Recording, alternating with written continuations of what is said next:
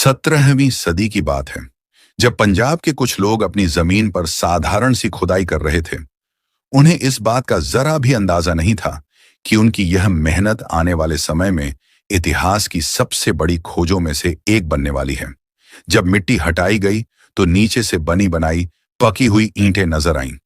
उन ईंटों का आकार इतना सटीक और मजबूती इतनी अद्भुत थी कि ग्रामीण यह सोचकर हैरान रह गए कि आखिर इन्हें किसने बनाया होगा। उन्होंने इसे भगवान का चमत्कार मान लिया और उन ईंटों का इस्तेमाल अपने घर बनाने में करने लगे।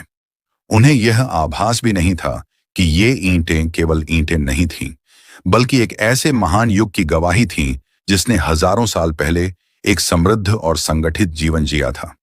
वक्त का पहिया घूमता रहा। धीरे धीरे लोग इन ईंटों की असली अहमियत भूल गए। फिर आया साल 1921।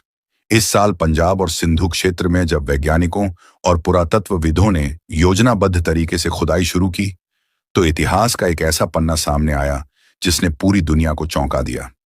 धरती के नीचे से एक पूरी सभ्यता बाहर आने लगी।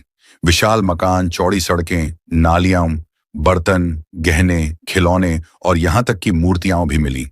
इस खोज ने यह साबित कर दिया कि भारत की जड़ें उतनी ही पुरानी हैं जितनी मिस्र की नील नदी सभ्यता या मेसोपोटामिया की टिग्रिस यूफ्रेटिस सभ्यता। अब भारत भी दुनिया की सबसे प्राचीन सभ्यताओं की सूची में शामिल हो गया।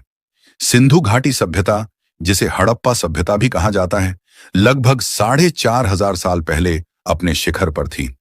माना जाता है कि इस सभ्यता का आरंभ लगभग 2600 ईस्वी पहले हुआ और यह करीब 1900 ईस्वी पहले तक फली फूली।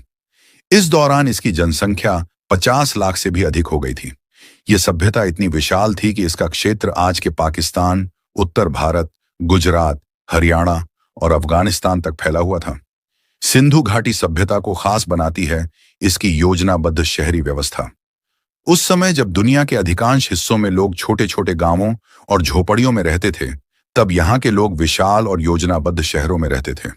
इनकी सड़कें सीधी और एक दूसरे को काटती हुई बनाई गई थीं, जैसे आज के आधुनिक शहरों में होता है। मकान पकी हुई ईंटों से बने थे और 2 मंजिल तक ऊंचे होते थे। अमीर और गरीब के बीच का अंतर भी उनके घरों से झलकता था।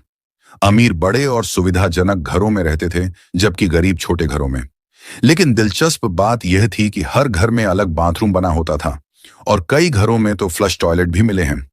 गंदे पानी को बाहर निकालने के लिए नालियों का अद्भुत सिस्टम था।